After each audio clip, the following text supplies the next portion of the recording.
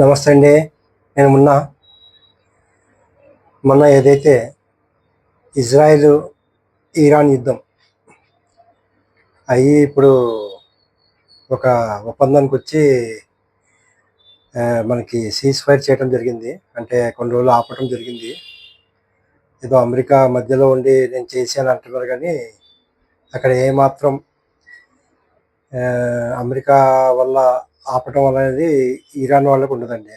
ఎందుకంటే ఇరాన్ వాళ్ళలో ఎలాగుంటుందంటే ఎవరైనా తెగించి అంటే ముందు మీరు యుద్ధానికి ముందు ఒకసారి గుర్తు చేసుకోండి. ఏ మాత్రం అటాక్ చేసినా వాళ్ళు అంతగా తీసుకోలేదు మనసు మీద. కానీ తర్వాత లేదు మేము ఖొమైనీ ఎక్కడున్నారో మాకు తెలిసిపోయింది. అది ఇది ఖొమైనీ గారిని లేపేస్తాం అది ఇది అనేసరికి ఇంకా అక్కడి నుంచి ఇలాంటి మాటలు కానీ ఇలాంటి బెదిరింపులు కానీ అసలు ఇరాన్ వాళ్ళు ఎట్టి పరిస్థితుల్లో వినరండి. ఎందుకంటే వాళ్ళ ముందు నుంచి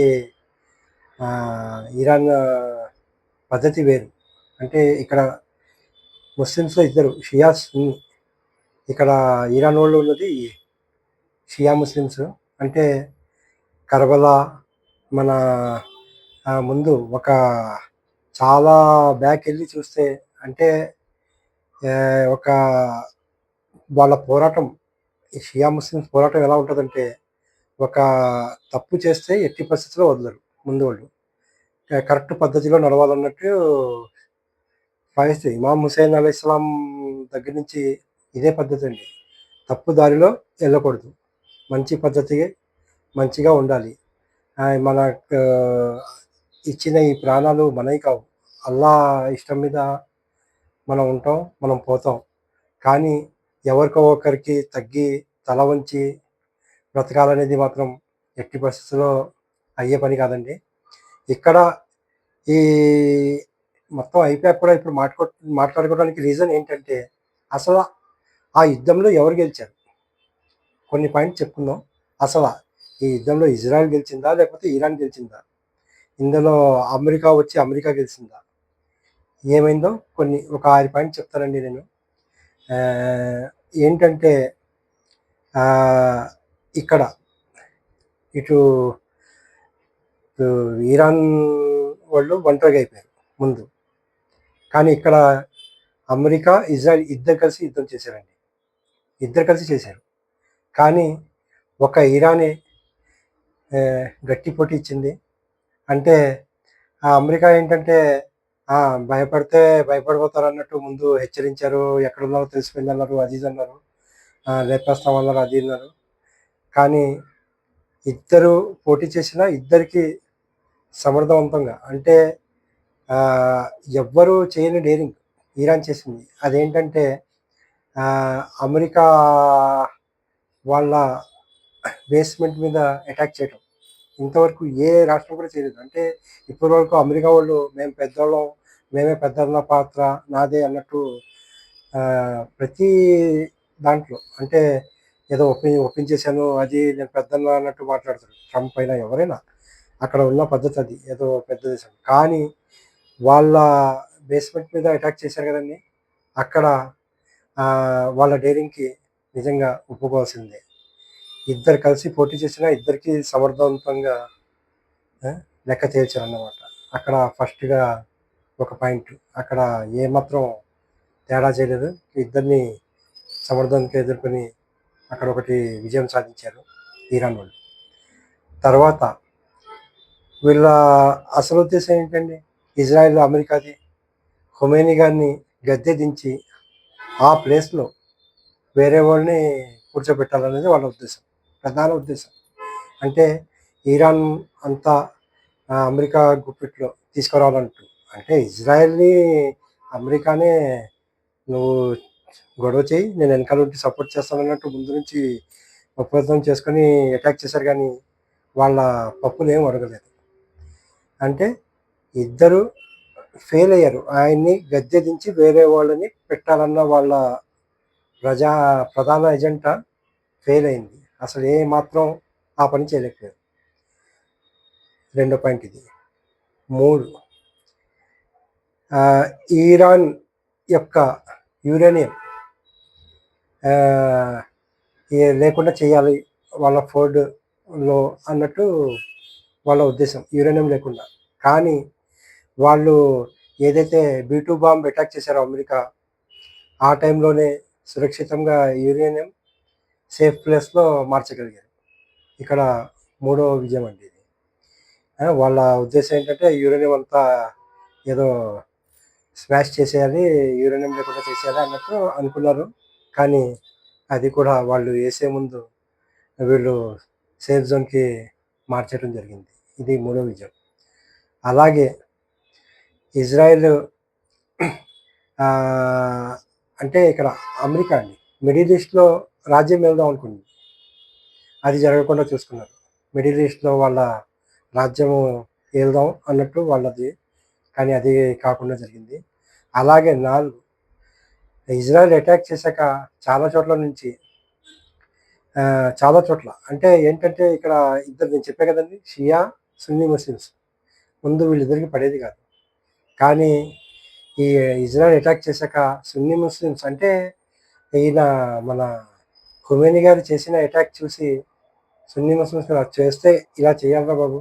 ఎంత డేరింగ్ అన్నట్టు ఇద్దరు కలుసుకోవటం పరస్పరం ఇంటర్నేషనల్ లెవెల్‌లో ఖొమేని గారిని సుప్రీం లీడర్ అంటే ఇలా ఉండాలి అన్నట్టు పొగడడం చేశారు సున్నీ కూడా. అంటే ఇక్కడ సున్నీ అయినా, షియా అయినా ముస్లిమ్స్ అనే ఒక అండర్‌స్టాండింగ్‌లో వచ్చేసారు. ఆయన ముస్లిమే, మేము ముస్లిమ్సే. ఇక్కడ ఇద్దరు విడివిడిగా ఉన్న ఇద్దరు సంబంధాలు దగ్గరయ్యాయి. అంటే అంత అటాక్ చేశాక ఈయన స్పందించిన తీరు చూసి అంతగా అక్కడ వాల్యూ పెరిగిందనమాట. అక్కడ ఈ ఇద్దరు కలవటం, ప్రతి చోట ఈ చర్చ జరగటం చాలా బాగా చేశారన్నట్టు ఫైట్ చాలా గొప్పగా చెప్పుకోవటం ఇలాంటివి జరిగితే ఇక్కడ కంపల్సరీ ఇది ఐదో విజయం అన్నట్టు. అలాగే ఇజ్రాయెల్ జరిగిన బీభత్సం చూసారా మీరు? ఇజ్రాయెల్‌లో జరిగిన బీభత్సం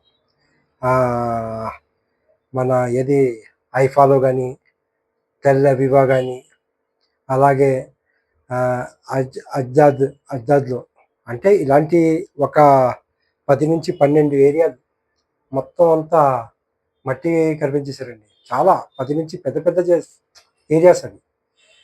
అంటే అక్కడ పెద్ద పెద్ద భవనాలు, వేలల్లో భవనాలు, వేలకు పైగా భవనాలు మట్టి కలిసిపోయాయి. అంటే ఒక ఇలాంటి పెద్ద పెద్ద ఇవి కూడా ఇజ్రాయెల్‌లో చాలా పెద్ద అటాక్ చేసి అక్కడ బీభత్సం సృష్టించారు. అందులో కంపల్సరీ ఒక ఆరో విజయం అన్నట్టది. అలాగే మన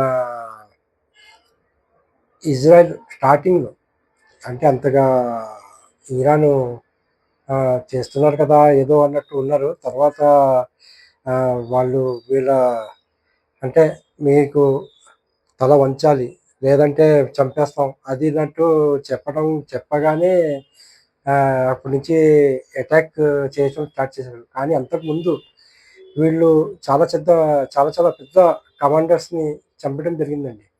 ఎవరు ముందు నుంచి ప్లానింగ్ చాలా ముందు నుంచే ఒకరొకరిని పెద్ద పెద్ద కమాండర్స్‌ని చంపడం జరిగింది. కానీ ఎప్పుడు కూడా ఇంత పెద్ద బీభత్సం సృష్టించలేదు ఇరాన్ వాళ్ళు. ఏదో అలా చనిపోతున్నారు అన్నట్టు ఉండిపోయారు గానీ ఎప్పుడైతే వీళ్ళేమనుకున్నారంటే ఈ పెద్ద పెద్దవాళ్ళు చనిపోయాక అసలు ఏమాత్రం ఇరాను పోటీకి కూడా దిగలేకపోతారు అన్నట్టు వీళ్ళ ఉద్దేశం ఉండే. కానీ అంతంత పెద్దవోళ్ళు చనిపోయాక కూడా వీళ్ళు చేసిన ఫైట్ చూశాక నిజంగా హ్యాట్స్ ఆఫ్ చెప్పాలి. అంత గట్టిగా ఫైట్ చేయగలిగారు. అదే ఒకసారి ఊహకు కూడా అందదు. ఆ పెద్ద పెద్ద కమాండర్స్ ఇరాన్‌లో ఉంటే గనక దేనికైనా ఎదిరించే పెద్ద పెద్ద కమాండర్స్ చనిపోయాక కూడా చిన్న చిన్న కమాండర్స్‌తో వాళ్ళతో ఇంత పెద్ద ఫైట్ చేయగలిగారంటే అసలు పెద్దవాళ్ళు కూడా ఉంటే ఎలా ఉండేది అనేది ఊహించుకోండి ఒకటి. అంత పెద్ద అక్కడ పెద్ద పెద్ద కమాండర్స్ చనిపోయాక కూడా ఇంత ఇద్దరిని ఎదుర్కోవటం అంటే చాలా పెద్ద విషయం అండి.